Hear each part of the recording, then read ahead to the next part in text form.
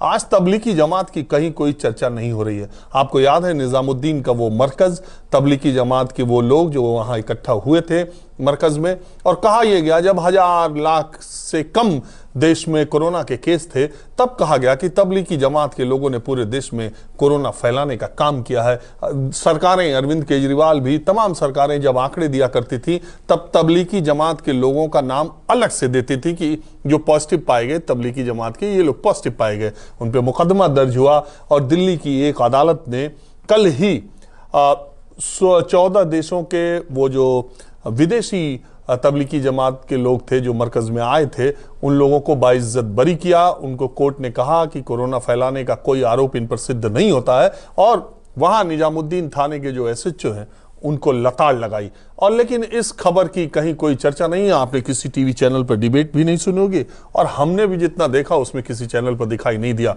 जो लोग ये कह रहे थे कि तबलीगी जमात की वजह से देश में कोरोना फैला है, उनके मुंह पे ये करारा तमाचा है। अब आंकड़ा 1 करोड़ से ज्यादा है। प्रभाकर, मैं पहला सवाल यही पूछूंगा कि जो ये केस था, अदालत ने उनको कह दिया कि भाई आप जा सकते हैं और आप पे कोई आरोप सिद्ध नहीं होता। फिर जब ये आईओ की दलील जो वहां फटकार जो लगाई गई, वो किस तरीके से, जरा सा केस के बारे में बताइए। राजीव जी, एक एक आदमी को याद है, और जो लोग बैठे हुए हैं, स्टूडियो में डिस्कशन नहीं हो रहा था, प्रत्येक हाउस होल्ड में, घर घर में प्रत्येक सदस्य इस बात पे चर्चा कर रहा था कि देश में कोरोना की बीमारी फैली है, महामारी फैली है, तो उसके लिए एकमात्र एक संस्था जिम्मेवार है, वो तबलीगी जमात। और निजामुद्दीन ऐसे लग रहा था कि चाइना से नहीं आया है, वो निजामुद्दीन के उस मरकज से आया है। और अफरा तफरी में आरोप तय किए गए, कोर्ट में चार्जशीट फाइल की गई, अदालत, निचली अदालत में मामला गया। वो जाना चाहते थे विदेश, वो विदेश जाना चाहते थे और उन्हें नहीं जाने दिया गया। कोर्ट में बार बार ये कोई आरोप जब साबित नहीं कर पा रहे थे निचली अदालत में, सुप्रीम कोर्ट तक मामला गया था राजीव जी। सुप्रीम कोर्ट में मामला गया, सुप्रीम कोर्ट ने कहा कि भाई इन्हें आप वापस जाने दीजिए। सरकार को कहना पड़ा, पुलिस को ये कहना पड़ा कि हम वापस तो जाने देंगे, लेकिन कुछ औपचारिकताएं हैं। और अब जब निचली अदालत ने एकदम से फटकार लगाई, ये कहा कि भाई न कोई परेड हुआ, न कोई जांच हुई, आपने किस आधार पर इन्हें कह दिया कि 2500 में इतने विदेशी थे। पहली बात। दूसरी बात एक बड़ी रोचक है जो आपने चर्चा भी किया कि जब उस समय आंकड़े आ रहे थे, तो मैं केंद्रीय एजेंसी की बात नहीं कर रहा हूं, मैं दिल्ली पुलिस की बात नहीं कर रहा हूं। जब दिल्ली सरकार आंकड़े जारी कर रही थी, तो उसमें से तबलीगी जमात में शामिल लोगों में से कितने लोग कोरोना पॉजिटिव पाए गए थे, उनके लिए अलग से आंकड़े आ रहे थे। और वही नहीं हुआ, देश के अलग अलग कोने में टोपी पहनने वाले मुसलमानों को चिन्हित किया गया, और इस तरह के वीडियोज वायरल किए जाते थे कि वो फल को में कुछ सलाइवा लगाते हैं, थूक लगाते हैं, और पता नहीं किस किस तरह की बातें, और उन्हें इस घटना के नाम पर विलेन साबित करने की कोशिश की गई। और अब नियम तो ये कहता है कि जब कोर्ट ने क्लीन चिट ही नहीं दिया, जब ये कहा कि बेवजह का, फिजूल का ये पूरा प्रोपेगेंडा फैलाया गया था। और एक बात और याद है कि तबलीगी जमात के प्रमुख मोहम्मद साद, उनके लिए लग रहा था कि वो तो ओसामा बिन लादेन से ज्यादा खतरनाक साबित करने की कोशिश की गई थी, और रोज छापे पड़ रहे थे, और एक तरह से लगा कि अब उन्हें पकड़ करके उन्हें टांग दिया जाएगा। और मुझे अचरज होती है, देश में ज्यादातर लोगों को मरकज का मतलब नहीं मालूम कि मरकज का मुझसे कई लोगों ने कहा उनको मरकज करने की क्या जरूरत थी। हाँ। अरे मैंने कहा मरकज का मतलब जैसे तुम्हारे धर्मशाला है वैसे उनका मरकज है, वो हाँ। मरकज में आके रुके हुए थे।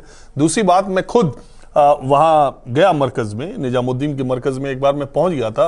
वहां 4 पुलिस वालों ने मुझे ऐसे घेर लिया कि आप यहां तक कैसे आ गए, जैसे मालूम हो रहा था मैं किसी बॉर्डर तक पहुंच गया। हम आपको वो बात बता रहे हैं, आप याद रखिए, आपको याद होगा कि महीनों तक टीवी पर डिबेट चला, महीनों तक ये बातें चली, और इसके आज सबके मुंह सिले हुए हैं। आज वो ये कोई बताने वाला नहीं है कि उन लोगों को कह दिया गया कि भैया आप पर कोई आरोप सिद्ध नहीं होता है कि आपने कोरोना फैलाया है। आप, और ये भी कह दिया उन लोगों ने कोर्ट में ये दलील, प्रभाकर जी आप सही ज्यादा विस्तार में बताएंगे, उन लोगों की इस दलील को कोर्ट ने मान लिया कि उन्होंने कहा हमें अलग अलग जगहों से उठाया गया है, हम अलग अलग जगह मस्जिदों में या यहां वहां थे लॉकडाउन लगने का, हमको उठाया गया और ये कहा गया कि हम मरकज में थे।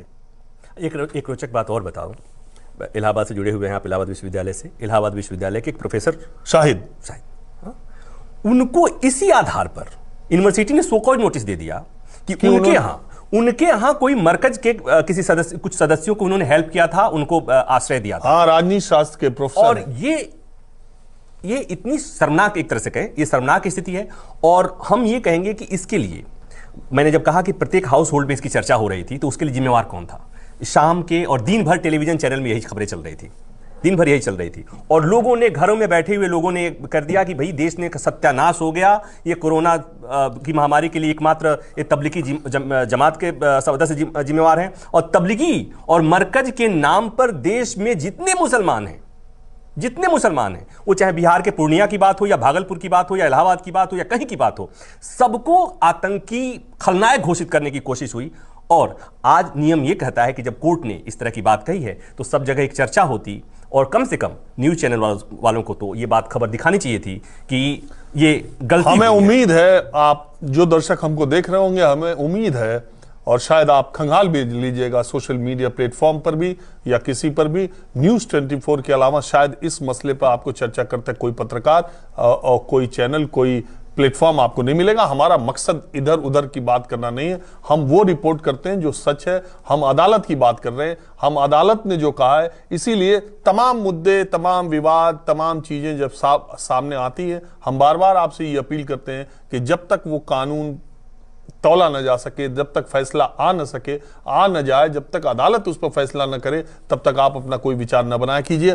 तो आज इस चर्चा में बस इतना ही, लेकिन इतना याद रखिए कि अगर आपने भी तबलीगी जमात और मरकज को लेकर के अपने मन में दुर्भावनाएं पाली थी, तो 2 मिनट आंख बंद करके आज विचार कीजिए, थोड़ा विचार कीजिएगा किसी के बारे में अंतिम फैसला लेने से पहले।